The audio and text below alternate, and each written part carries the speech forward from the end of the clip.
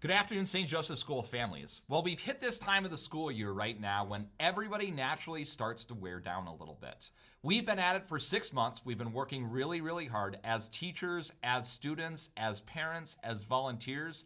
And we hit this time of the year where it's very natural for everybody to get a little bit run down, maybe have a few more illnesses, as well as just get very tired. We're also hitting the point of the year that is kind of crunch time academically, where some of our most serious academic work happens in this stretch after Catholic Schools Week, but before spring break. So being tired right now is pretty normal, hence the coffee mug.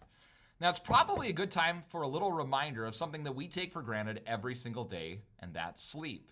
So with 3 young children at home, I can say that I'm somewhat of a local expert in extended sleep deprivation.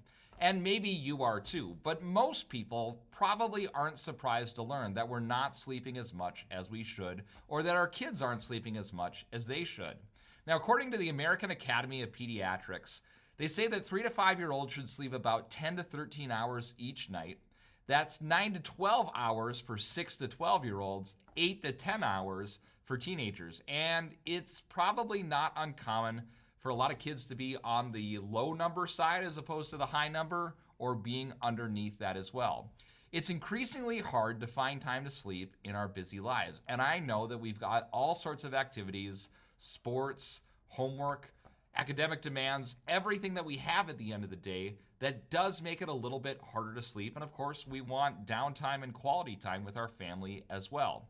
Now, I can say in the last 5 to 10 years, schools are seeing more issues with sleep as well, with students coming to school very tired, or sleeping in class, or struggling because of the effects of interrupted sleep. Some of this has to do with mobile devices.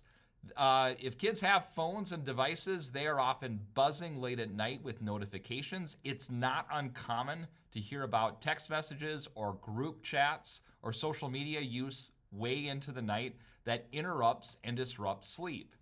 Some of this is also due to video games.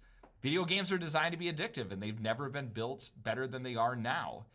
People playing an intense video game have a hard time putting it down and getting to bed. But not only that, if you're playing a video game right before going to bed, it kind of builds your energy up that it's really hard to then slow that energy down. Now, we haven't talked a whole lot about screen use or ideas with young people, but if there's any recommendation I would first give parents is to make sure if there are any devices your child uses on a regular basis, make sure it stays out of the bedroom and charges out of the bedroom, basically goes to sleep in the kitchen, living room, somewhere else every single night. Now, personally, I do this every night with my phone. I still don't sleep as much as I need to, but it does help me get more sleep than I would have otherwise. These things do interrupt our sleep, and just that one step can really help protect our sleep and make sure that our kids are getting the sleep that they need. So I hope you have a wonderful weekend. After a busy week, I hope you're able to get a lot of sleep. Have a great weekend, and we'll see you next week.